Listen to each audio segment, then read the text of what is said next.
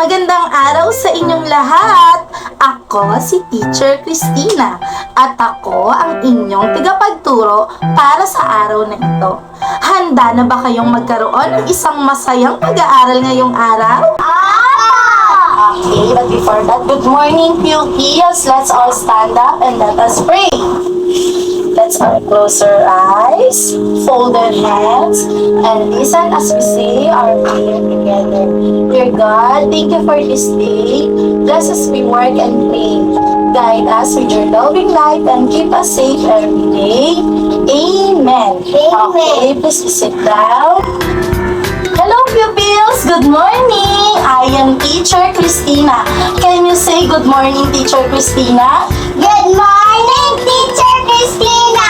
Oh, very good. Hello, what is your name? And Ashley. Great, you Ashley.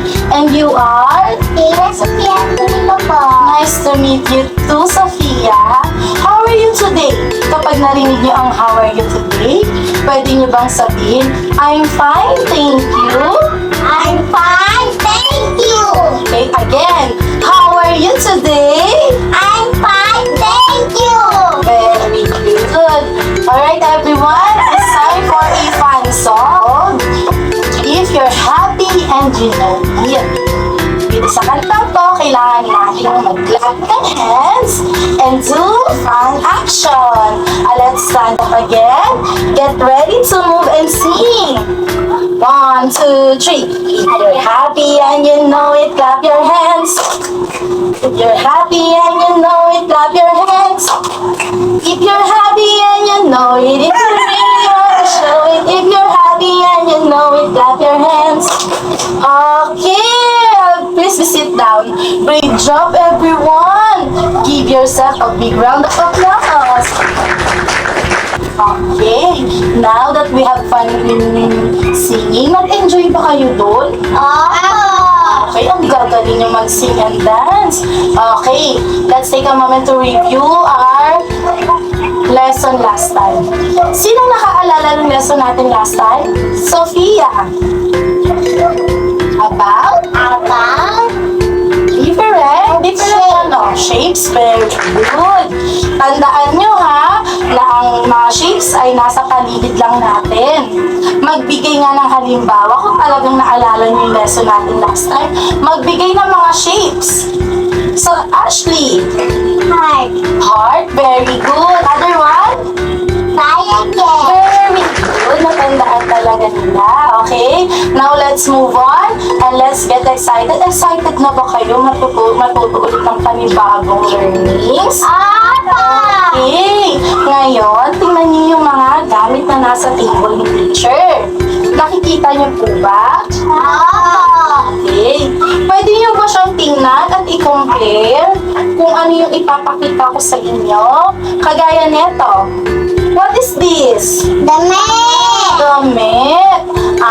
Now, can you tell me what size is this? Small. Very good. And the other one, what size is this? Wow. Big. Very good. Next. Anong bagay to? What object is this? Panyo. In English, handkerchief. Handkerchief. Very good. Oh, what size is this? Big. Wow, nice. And the other one? Small. Very good again. May papakita pa si teacher. Sa tingin nyo, anong bagay kaya? Bottle. Okay. What size is this kaya? Small. Small. And the other one? Big. Very good. Ang gagaling. Ano yung na-notice nyo sa mga bagay na ipinakita ko sa inyo? Ano yung... Small and big. Very good! Very good, Ashley! And then, sila ay mayroong different sizes. Di ba napansin nyo? Yung panyo magkaiba ng... Pareha silang panyo, pero magkaiba ng size. Ano nga ulit size to? Small. Ito? Big. Very good. Okay. Now, let's talk about big and small. Po? Magdadrawing ko ba tayo mamaya? Yes po, wait lang po. Mamaya meron tayong activity gagawin. Today, we are going to learn about the sizes. Kung ano yung mga bagay na maliliit o malalaki. Are you ready? May ipapakita si teacher ng mga pictures. Pwede niyo bang sabihin yung kung maliit ito o malaki? Okay ba? Okay. If the object is big or small, okay? What object is this? Ball! Ball. If the object is big, Apple! very good. And the other one? Big or small? Okay, very good. Sa tingin nyo, ano kayang bagay to? Upuan! Upuan. Nasaan ang big dito?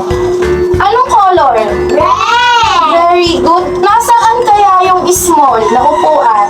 Anong color ng upuan na maliit? Very Green! good naman. Okay, next picture naman. Ano kaya itong mga nasa picture? Ano kaya yung mga nasa picture? Pagkain. Anong pagkain kaya ito? Watermelon! Very good. Prutas na watermelon. Sa tingin nyo, ang watermelon ba big or small? Big! Very good. Eh, yung mansanas kaya? Maliit! Ang galing. Okay, next picture. Ha? Ano kaya ito? Puno! Malaki kaya ito o maliit? Maliit! Malaki o maliit? Malaki! Itong halaman kaya? Maliit! Very good. O, diba? Ang daming mga bagay na maliliit at malalaki. Opo! Okay, magbigay nga kayo ng example ng mga nakikita nyo sa paligid mo.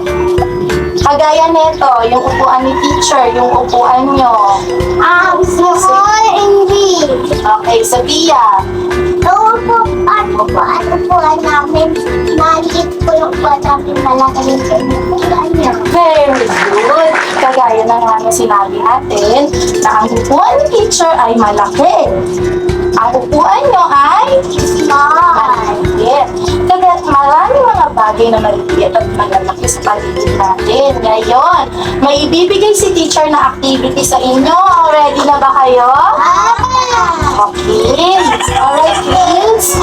In this activity, kailangan yung gamitin yung creativity nyo or yung galing nyo sa pag-drawing, yung imagination nyo para gumuhit ng maliit at malaki. Okay ba yun? Pwede ba kayong mag-drawing ng malaki at maliit?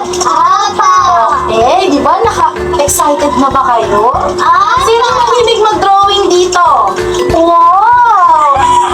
Ituloy nyo lang ang pag-drawing kasi pag sa pag-drawing, mapapractice kayo ng mapapractice at gagaling kayo ng gagaling. Okay? Okay, grab your colors, pencil and paper.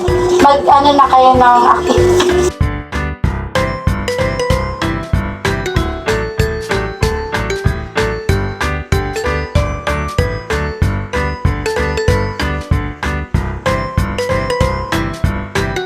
Okay, may tapos na po ba? Okay.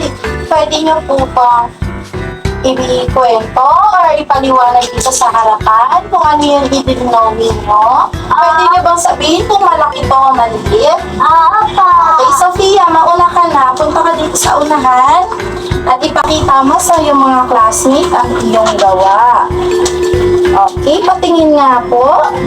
Wow, ang galing naman. Ano po ba yung drawing mo?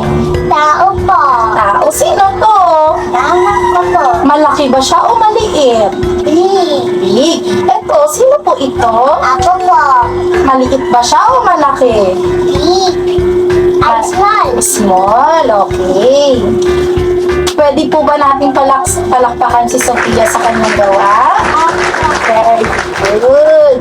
Great job. Nakaka-proud naman at nakapag-drawing kayo ng mga maliit at malaki. Next. Tapos ka na po. Okay, tayo po kayo dito sa harapan. Pwede po bang pakita? Wow! Ano po ang drawing ni Ashley? Laklak po. Okay. Pwede niyo po bang ikwento sa akin? Or sabihin sa akin kung nasaan ang maliit at malaki dyan? Nasaan po ang malaki? Yan. Nasaan ang maliit? Very good. Ang gagaling naman. Palakpakan nyo ang bawat isa. Nice. Okay, pumunta kayo lahat sa unahan para picture lang kayo ni teacher.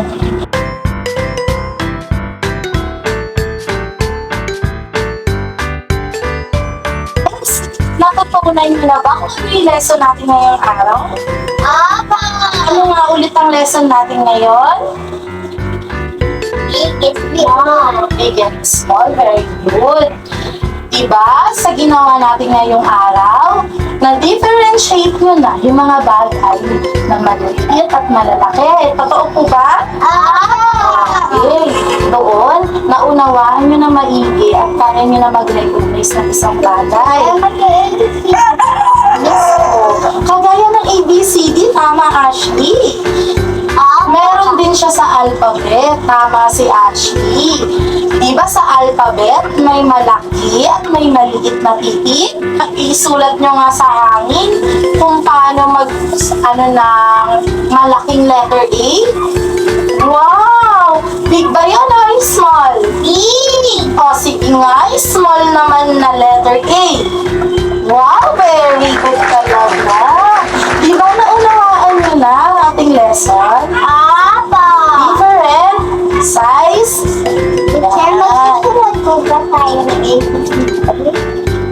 Pwede po siyang gawin sa bahay araw-araw para po napapractice po siya. Alam niyo na po ba magsulat ng ABCD? Yay! Kaya niyo na rin ang big letter ng mother letter or big letter. Tapos yung baby or small letter. Diba? Sabi may mother and baby. Okay, next. Kung totoo may natutunan niyo na may natutunan ba kayo ngayong araw? Sige nga, kung may natutunan kayo ngayong araw, may ibibigay sa inyo si teacher na sasagutan mo. Lalagay nyo lang po dito, lalagay nyo kung malaki ang bagay, lagyan nyo siya ng check. Lalagyan nyo yung mga bagay na may check na malalaki. X naman pag maliit, okay po ba? Ano pong ilalagay? Pag malaki?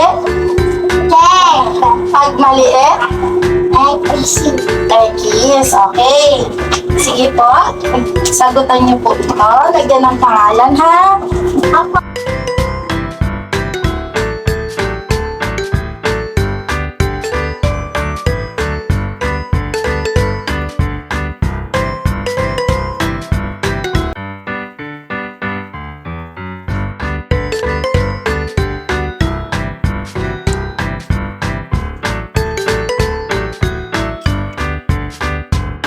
Okay, tapos na po ba magsagot? Okay. Tapos, check natin kung tama. Okay, tama naman. Ibig sabihin, maunawaan niyo talaga yung ating lesson.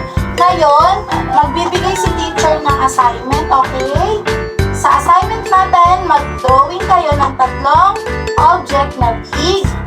Tatlong object din ng small. Okay po ba yun? Tapos ipakita niyo po sa akin bukas. Okay? Nag-enjoy ba kayo ngayong araw? Ano nga ulit ang lesson natin? Big and small. Okay, very good. Okay, let's stand up. Magpapaalam na tayo, kids. Thank you sa araw nyo. Sana may natutunan kayo kay Teacher Christina. Okay, sabay-sabay natin kantahin ang Paalam na sa'yo, paalam na sa'yo, paalam na sa'yo, paalam na sa'yo. Thank you, kids. Mag-ingat sa pag-uwi, okay? Bye! Nag-enjoy po ba kayo sa inyong napanood kanina? Ako po ay lubos na nagpapasalamat sa inyong lahat. Sana nakatulong po ito sa inyong pag-unlad at pagkatuto. Maraming salamat din po sa inyong pagtitiwala at suporta. Hanggang sa muli, paalam!